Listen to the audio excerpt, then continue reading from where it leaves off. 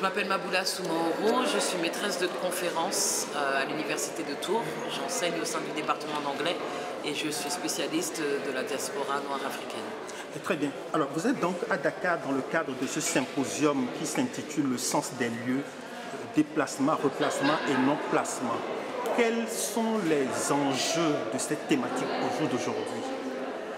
Je pense que ce que Raw Material Company a proposé, c'est une réflexion globale, une réflexion collective, au sens où il y a eu un nombre assez important d'invités, de participants et de participantes, originaires du continent, originaires d'en dehors du continent également, pour essayer de produire une sorte de pensée simultanée, collective, sur les grands enjeux de la période. Qu'est-ce que c'est que le lieu? Qu'est-ce que c'est que la maison?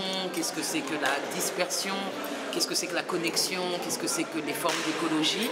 Et je pense qu'il est toujours bon de se réunir pour penser à tout cela. Alors, il a été notamment question dans ce symposium de la géopolitique de l'hospitalité. Oui. Alors, quelle est la discussion qu'il y a autour de cette hospitalité? Je pense que la discussion autour de la notion d'hospitalité, elle est d'autant plus nécessaire que l'on assiste aujourd'hui à une sorte de raidissement ou une sorte de... Oui, une tendance à fermer les frontières, à maltraiter les populations migrantes issues du Sud en général, dans le monde occidental. Mais je pense que la question de l'hospitalité, elle peut se placer en dehors de ce contexte-là qui est assez rude, dans d'autres zones auxquelles on ne pense pas, mais où il y a quand même de la mobilité et des migrations. C'est-à-dire qu'avant de penser à l'immigration africaine en dehors des frontières africaines, il y a aussi une immigration africaine au sein du continent africain, la plus importante. Et qui est plus importante. Et donc il est bon aussi de revenir à ces faits et étudier comment les choses se passent bien des fois, même si on sait qu'il y a de la xénophobie sur le continent africain aussi, mais qu'il y a des fois ça peut se passer ça. Donc peut-être que les migrants, et peut-être que ces migrants africains, ils ont quelque chose à apprendre au monde hostile, et ils peuvent rappeler cette valeur de l'hospitalité. Oui, justement, vous vivez en France. Oui. Alors, cette question, de ce débat au sein de l'extrême droite, de France et d'autres pays qui parlent de grands remplacements, est-ce que c'est une grosse fiction? Alors moi, non seulement je vis en France, mais je suis née en France. Très bien. Donc, je suis née en France, j'ai grandi en France et je vis en France. Donc effectivement, tout le discours autour du grand remplacement, le discours ferme au niveau de l'immigration, le discours lié à la fermeture nécessaire des frontières. Alors déjà, il est pleinement ancré dans la fiction parce que, premièrement, ces pays ont besoin de l'immigration. C'est vraiment la mauvaise foi qui est complètement, qui nous atterre.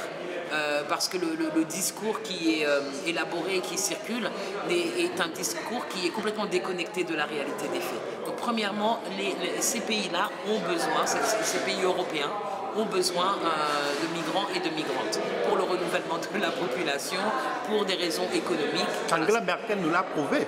Exactement, je veux dire, c'est juste logique, c'est économique. Les personnes qui disent ça ne sont pas des personnes qui sont dans l'économie, la gestion économique, la vraie. C'est vraiment quelque chose qui est, je sais pas moi, qui se plonge dans des considérations bassement politiques.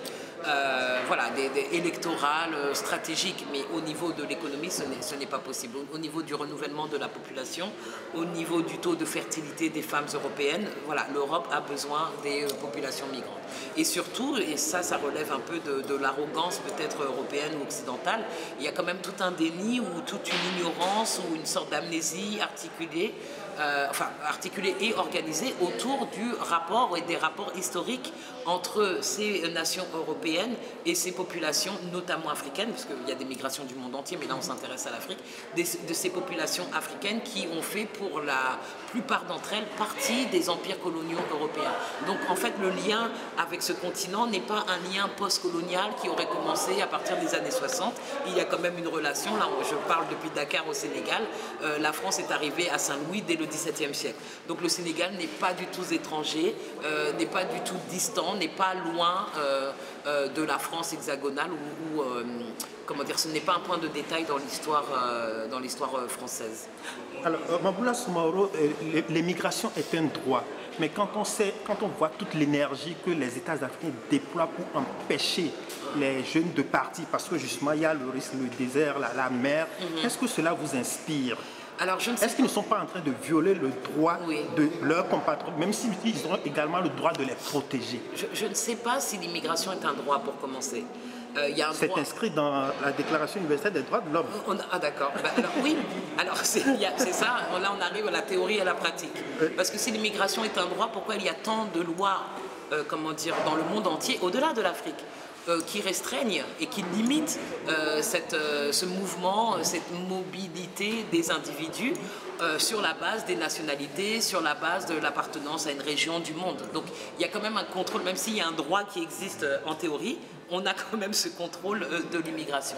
En ce qui concerne donc les dirigeants africains qui limitent le droit à la mobilité des jeunes populations, il y a plusieurs façons d'aborder le sujet. Est-ce que c'est sincèrement un souci de protection?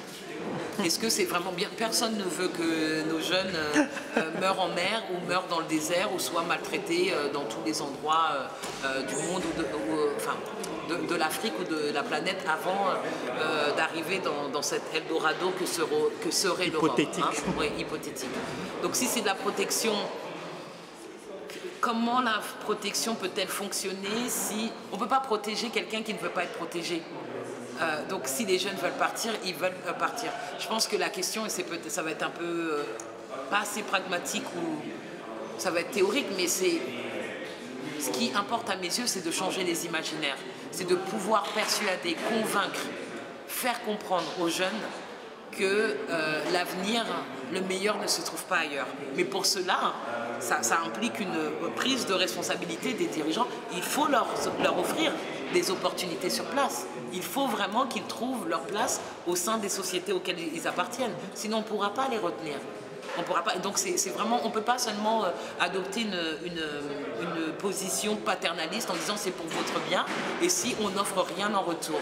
Et si ces jeunes veulent partir, c'est parce qu'il y a quelque chose qu'on leur fait miroiter et qui n'arrive pas à être contraint, pas contraint mais contré, pardon, par leur pays d'origine. Donc non, l'avenir n'est pas meilleur ailleurs. L'Europe, la France, c'est difficile, c'est extrêmement difficile, surtout quand on n'est pas les bienvenus. Mais les conditions sur place ici ne sont pas aussi à la hauteur des ambitions de ces jeunes. Il faut trouver une solution. Alors, quelle synthèse faites-vous du débat qui a émergé autour de la teranga sénégalaise, la mythique teranga sénégalaise? Je trouve que le débat qui a émergé autour de la notion de teranga sénégalaise et qui semble être un peu le symbole, je pense que c'est un symbole qui sert beaucoup au sens d'appartenance et à l'identité sénégalaise, mais je pense qu'il est bon aussi d'accepter la critique. Je veux dire, c'est une notion, ça peut être une pratique, et si la pratique n'est plus à la hauteur de l'idéal de la teranga, oui, on est en droit de le rappeler, oui, on est en droit d'en discuter, on est en droit de rappeler à l'ordre le Sénégal et demander au Sénégal d'être à la hauteur des principes qui sont énoncés. Donc moi, j'ai la chance de regarder un peu ça de l'extérieur parce que je ne suis pas sénégalaise. Mais j'entends les critiques et je suis toujours favorable aux critiques qui sont nécessaires, constructives et qui sont le seul moyen de faire avancer les choses. Le thème du symposium nous parle de notre rapport avec notre environnement, notre milieu de vie. Alors, est-ce que vous avez abordé la question de ce qu'on prévoit pour adapter cet espace de vie aux personnes handicapées? Il n'y a pas eu malheureusement de conversation autour de la question du validisme. C'est vrai que la question du validisme, la question de l'accès, la question de l'adaptation de personnes qui se retrouvent en situation de handicap pour, je veux dire, la mobilité, déjà, comment on se meut, comment on bouge dans ces espaces-là, tout comme il y a d'autres questions qui n'ont pas été abordées. Donc oui, là, je pense que vous avez tout à fait raison. Il y a quand même des angles morts, il y a des choses qui n'ont pas été traitées et qu'il faut faire remarquer. Il y a d'autres thématiques aussi qui n'ont pas été traitées. On ne peut pas tout faire. On ne peut pas tout faire, mais je pense que pour moi, il y a deux choses. Toujours remercier les gens qui font. Si on commence à faire la liste des choses qui n'ont pas eu lieu, cette liste-là est légitime, mais elle n'est possible que parce qu'il y a quelque chose qui a eu lieu. Donc je remercie, je suis toujours reconnaissante envers les personnes, envers les collectifs, envers les organismes qui proposent, organisent, tiennent des événements. Ce qui n'empêche pas de rappeler que, évidemment, la question du validisme est une question qui est tout à fait intégrante à ces grandes réflexions que nous avons menées. Il est très dommage qu'elle n'ait pas été abordée du tout, c'est vrai. Une dernière question. Comment observez-vous cet élan de souverainisme, de panafricanisme qui émerge sur le continent et dont certains ont tendance à dire que vous nous stigmatisez? Il y a un sentiment anti-français. Il y a un sentiment... Le fait qu'il y ait un sentiment anti-français, alors ça dépend de la nature de ce sentiment anti-français. C'est un sentiment... Est-ce que c'est violent? Est-ce que c'est hostile? Ou est-ce que c'est une affirmation de la nécessité de l'indépendance et de la réalisation enfin sincère, profonde, radicale de cette indépendance qui en théorie a été décrétée depuis les années 1960. Donc s'il y a un sentiment anti-français, c'est-à-dire des demandes croissantes d'une présence décroissante de la France et des intérêts français sur le continent, vous connaissez déjà ma réponse à ce sujet. Okay. Est-ce qu'il y a de l'avenir dans les pays de l'AES? L'AES? Oui. De l'Afrique... Les États de l'Alliance du Sahel, Niger, Burkina, Mali. Est-ce qu'il y a de l'avenir? Qui ont claqué la porte de la CEDEAO. Est-ce qu'il y a de l'avenir dans leur chemin? Il faut qu'il y en ait. Il faut qu'il y en ait, l'AES. Parce que ces pays qu'on pourrait considérer comme rebelles aujourd'hui, voilà, on ne sait pas ce qu'ils ont fait, il faut qu'il y ait de l'avenir et il ne faut pas que se répète la situation, par exemple, de la Guinée en 1958, qui elle aussi avait claqué la porte et qui, en tout cas à certains égards, n'a pas été à la hauteur des espérances qu'elle a pu susciter. Donc j'espère que cette fois-ci, que l'histoire ne se répétera pas et que les pays qui ont claqué la porte ont bien fait de claquer la porte. Maintenant, ils doivent à eux-mêmes, et ils nous doivent à nous tous, d'être encore une fois à la hauteur des ambitions. Ça ne peut pas être un claquage de porte symbolique. Il faut faire quelque chose, il faut des résultats. Et ils sont responsables devant leur peuple pour commencer. Donc ça ne peut pas être uniquement aux yeux sur la scène internationale de passer pour le pays rebelle.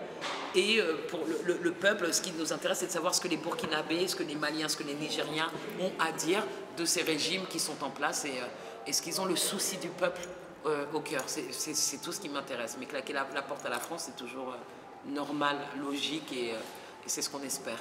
Aboula Soumaoro, je vous remercie infiniment pour le temps. Je vous remercie pour les questions. Vous pouvez laisser.